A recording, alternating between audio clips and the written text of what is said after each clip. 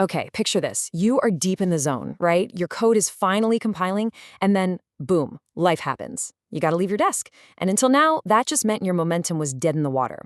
But what if? What if you could keep that whole session running and actually control it from your phone?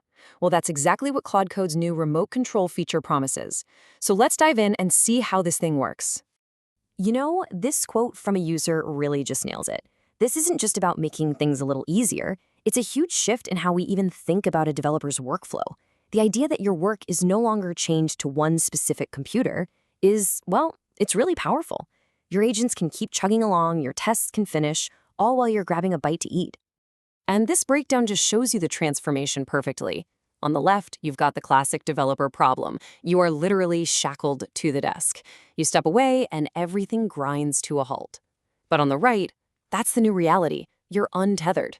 The local session on your main machine just keeps going, and you can check in, give it some new directions, and see how things are going from pretty much anywhere. Now, you're probably thinking, a feature this powerful has got to be a total headache to set up, right? But what's so wild here is just how incredibly simple it is to get started. So, yeah, let's pull back the curtain a little bit. How does this magic actually get pulled off? Turns out it's less magic and more just some really clever engineering. So here's the core idea. When you fire up remote control, your project, your files, all of it stays exactly where it is, safe and sound on your local machine. Nothing is getting uploaded to the cloud. Your phone, or whatever other browser you use, it just becomes a secure window into that local session. And the setup? Honestly, it could not be any easier. You just pop open your terminal in your project folder, you type one single command, you scan the QR code that pops up on your screen, and that's it. You're in. You are now remotely connected and you can pick up the conversation right where you left off. So, okay, it's super powerful and it's ridiculously easy to set up.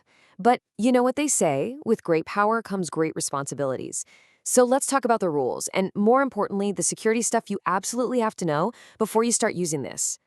Let's just really hammer this point home, because it's the first question any developer is going to ask. Are my private, sensitive files being uploaded somewhere I don't know about? And the answer is a big, fat no. Look, the AI models themselves are, of course, talking to Anthropic servers through an API. But your files, your code, all that valuable context stays put on your local machine. Your phone is just a portal, which is exactly how you'd want it to be. Now, for this portal to actually work, there are a few ground rules. Your main computer has to stay on, though it looks like sleep mode is fine. The terminal session where you ran the command, that has to stay open. If you close that window, you kill the connection. And obviously both your computer and your phone need a stable internet connection. So, who gets to play with this new toy? Well, right now, it's available for anyone on a Pro or Max personal plan. It hasn't rolled out for Team or Enterprise plans just yet, but I'd bet that's coming down the line. And one little thing to note, you can't use just an API key to authenticate for this feature. Okay, everybody, listen up, because this is the single most important part of this whole explainer. What I'm about to say isn't a suggestion. It's a critical security warning. You have got to treat the session URL and the QR code with the same level of security as the master password to your entire system. Seriously. This quote from the documentation lays it out plain and simple. That link is a direct, unauthenticated key to your project files. There's no extra password, no two-factor authentication, nothing.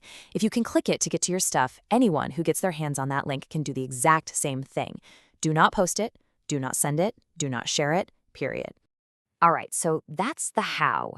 But let's zoom out for a second and talk about the why. Why is one little feature like remote control actually a really big deal? It's because it's part of a much bigger and, frankly, astonishing trend that's happening right now. First off, let's talk about scale. The market for these AI coding assistants has just exploded. The leading tools in this space are now reporting annualized run rates of $2.5 billion. To put that in perspective, that number has more than doubled just since the beginning of this year. This is not some niche little tool. It is a full-blown industry juggernaut. And the adoption rate is just staggering. We're seeing some of these platforms hitting 29 million daily active users. This is basically the ChatGPT moment, but for software development. It's that point of no return, where having an AI assistant just becomes a standard part of how we all write code. Which brings us to a statistic that is just absolutely mind-blowing.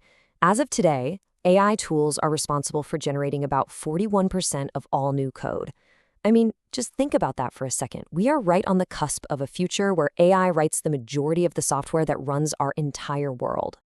And that brings us right back to where we started. A feature like remote control might just seem like a simple, nice little convenience, but it's not. It's an accelerator. It makes AI an even more seamless, ever-present partner in development. So if these tools are already writing 41% of our code, what happens when they're always with us, always on? What does the world even look like when that number hits 80%? That's the future we're building, one command line at a time.